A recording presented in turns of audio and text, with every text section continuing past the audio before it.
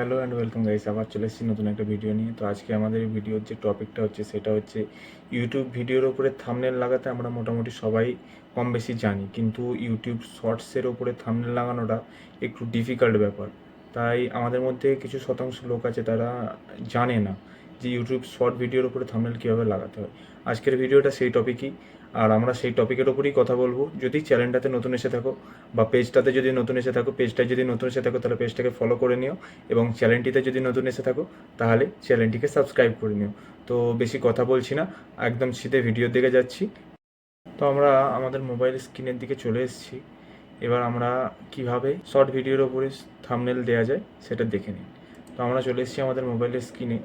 এবার আমরা এখান থেকে চলে যাব ইউটিউবে গেলেই আপনারা দেখতে পাবেন এই যে শর্ট ভিডিওগুলোর ওপরে এই থাম্বনেল, এখানে থাম্বনেল, এবং আপনারা নিচের দিকে স্ক্রল করলেও দেখতে পাবেন এখানেও শর্ট ভিডিওর উপরে থাম্বনেল।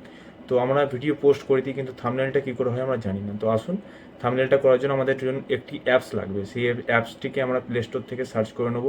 অ্যাপসটি এখানে লিখবেন পিক্স ল্যাব লিখলেই অ্যাপসটি চলে আসবে, পিকচার এডিটর। এই অ্যাপসটা আমার ইনস্টল করা আছে, আপনারা ইনস্টল করে ওপেন করে নেবেন। অ্যাপসটিকে ওপেন করে নেওয়ার পরের প্রসেস আমি আপনাদের কাছে শেয়ার করছি।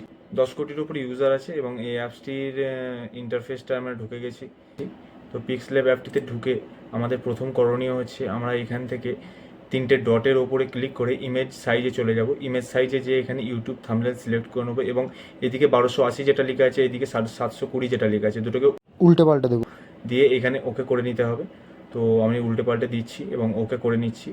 তো আপনারা দেখতে পাচ্ছেন পেজের সাইজ আমাদের শর্ট ভিডিওর পেজের সাইজের অনুপাতে হয়ে গেছে। এবার এখান থেকে আপনাকে 5টা-6টা অপশান দেবে, মধ্যখানে একজন অপশানটাকে নিয়ে এখান থেকে একটা অ্যাড ছবি করে নিতে হবে। যে ছবিটা আপনি থাম্বনেল দিতে চাইছেন সেই ছবিটিকে আপনি আগে থেকে সিলেক্ট করে রেখে দেবেন। তারপরে আপনি এই ছবিটিকে এখানে থাম্বনেল হিসাবে এখানে এর ওপরে পেস্ট করে দেবেন। তো পেস্ট করা হয়ে গেলে ঠিকঠাক করে সাইজটা ওপর নিচে করে নিয়ে এখানে সেভ অপশান দেওয়া আছে, সেভ অপশানটিতে ক্লিক করবেন এবং সেভ অ্যাজ এ প্রজেক্ট বা সেভ অ্যাজ এ ইমেজও সিলেক্ট করতে পারেন। আমি সেভ অ্যাজ এ ইমেজই সিলেক্ট করলাম এবং এখান থেকে সেভ টু গ্যালারি করে দিতে হবে। এবার এইখান থেকে আমরা বেরিয়ে চলে যাব আমাদের। তো আমরা এখানে ইউকার্ট বলে একটা সফটওয়্যার আছে, যেখানে ভিডিও এডিটিং সফটওয়্যার।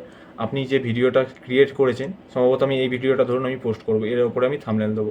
যে থাম্বনেলটা আমরা ক্রিয়েট করলাম এখান থেকে নিয়ে এই ভিডিওটার লাস্টে একদম শর্ট সাইজে, একদম ছোটো 1 সেকেন্ড কি 1 মাইক্রো সেকেন্ডের সাইজে করে নেবেন।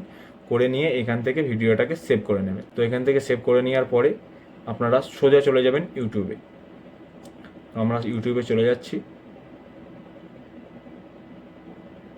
তো আমাদের ইউটিউব ওপেন করা হয়ে গেছে এবং আমরা এখানে ভিডিও রিলস পোস্ট করব, তাই আমরা শর্ট করে দিলাম। শর্ট করে নিয়ে এবার এখানে আমরা যে রিলটা নিয়েছি সেই রিলটাকে এখানে পেস্ট করব, ডান করব, এবং একটুখানি প্রসেসিং টাইম এরা নেয়। প্রসেসিং টাইমটা হয়ে গেলে আপনারা ভেতরে ইন্টারফেস করে যাবেন। তো ভেতরে ইন্টারফেস করার পরে আপনি এখান থেকে নেক্সট করবেন, ভিডিওটি দেখে নেবেন যে এই ভিডিওটি কিনা, নেক্সট করবেন এবং ওপর দিকে যখন ছবিটা চলে আসবে দেখবেন একটা পেনের অপশান দিয়েছে, সেই পেনের অপশানটা ক্লিক করবেন এবং এখান থেকে এই চৌকো বক্সটাকে আপনার থাম্বনেলের যেটা থাম্বনেল আছে সেখানে দেবেন, টাইটেল দিয়ে এখানে আপডেট শর্ট ভিডিও করে দেবেন, দিয়ে ভিডিওটা আপডেট হয়ে যাবে। এখানেই শেষ নয়, এবার আপনারা যে কনফার্ম হয়ে নেবেন যে ভিডিওটা আসলেই হয়েছে। তো ভিডিওটা আমার আপলোড হয়ে গেছে এবং আপনারা দেখতে পাচ্ছেন আমাদের শর্ট ভিডিওটা আপলোড হয়ে গেছে।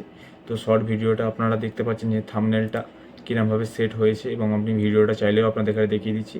তো ভিডিওটা ভালো লেগে থাকলে একটু লাইক করে দেবেন, চ্যানেলটিকে সাবস্ক্রাইব করে নেবেন, এবং যদি আমার পেজে দেখেন তাহলে পেজটিকে অবশ্যই ফলো করে নেবেন এবং ভিডিওটিকে একটু লাইক করে দেবেন।